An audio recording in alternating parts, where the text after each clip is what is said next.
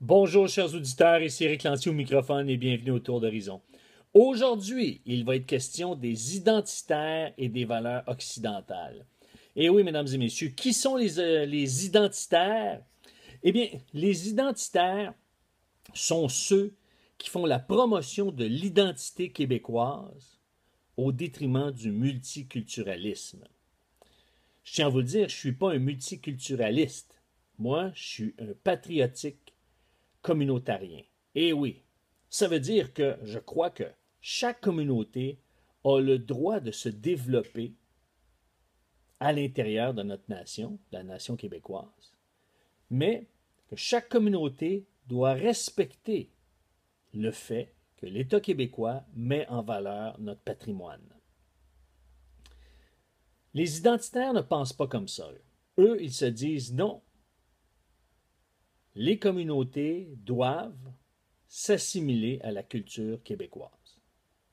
Et donc, il y a des valeurs de base, il y a des valeurs fondamentales qui sont sine qua non, qu'on ne peut remettre en question, et les communautés doivent s'intégrer et accepter ces valeurs de base fondamentales.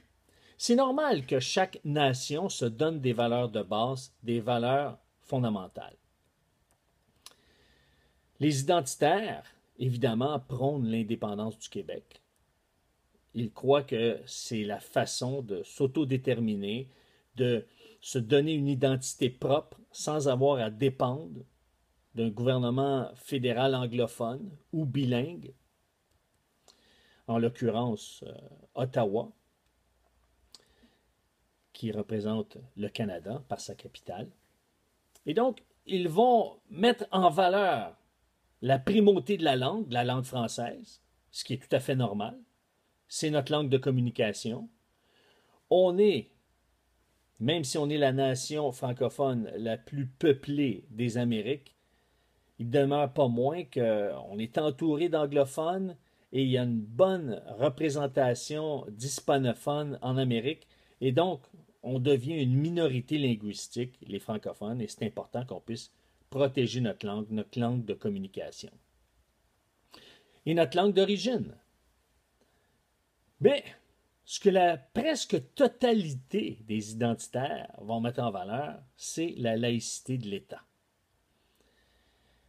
Ils vont mettre en valeur la laïcité de l'État au détriment de la protection de notre patrimoine. Et ça, je vais y revenir tout à l'heure.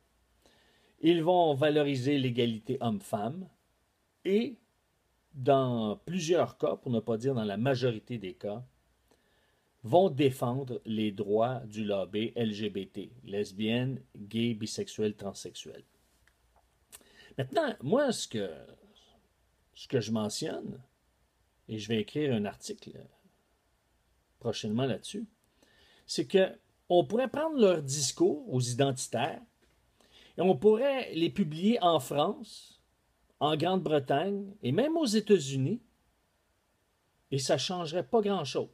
Parce que on pourrait dire, bon, OK, la langue nationale doit être défendue. OK. La laïcité de l'État doit être défendue. OK. L'égalité homme-femme doit être défendue. OK. Et dans certains plus radicaux vont dire, bon, ben, les droits des LGBT doivent être défendus. Et ces nations-là, la France, la Grande-Bretagne, les États-Unis vont dire OK. Et plusieurs pays d'Europe vont dire OK. Même l'Allemagne est en train de dire OK.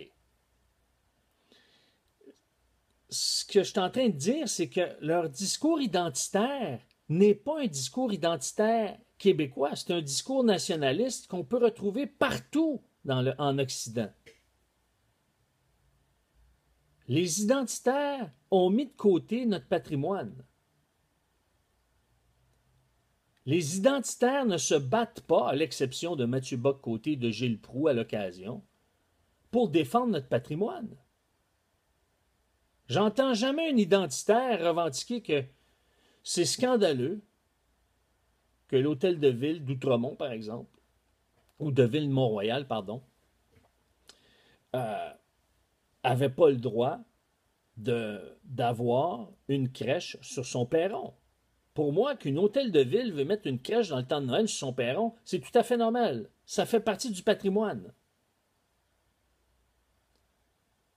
Ceux qui acceptent qu'il y ait un crucifix à l'Assemblée nationale, eh bien, sont très peu dans les rangs du groupe identitaire. Ils ne s'identifient pas très facilement au groupe identitaire.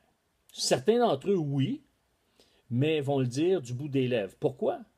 Parce que le laïcisme est fondamentalement attaché au porte-parole des identitaires.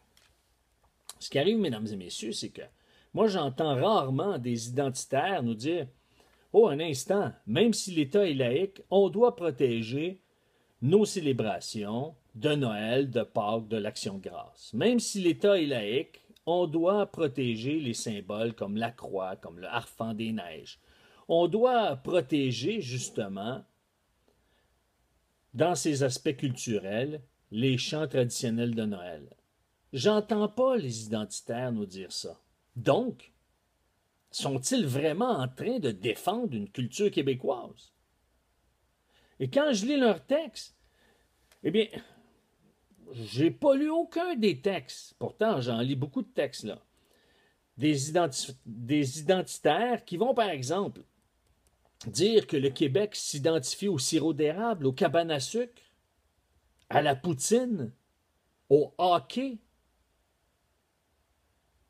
Ça, ce sont des remparts de notre culture, mesdames et messieurs. Non, ils ne vont pas mettre en valeur le sirop d'érable puis la poutine. Non, ils vont mettre en valeur la laïcité de l'État. Mais ça, n'importe quelle nation occidentale peut avoir ce discours-là. Ce n'est pas un discours québécois. Alors c'est pour ça que je me demande, à quelle identité québécoise les identitaires s'identifient-ils? Et ça, c'est la question.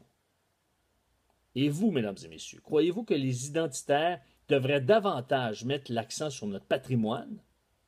Je vous lance la question et je vous invite à y répondre sur ericlantier.net. Sur ce, chers auditeurs, je vous dis à demain.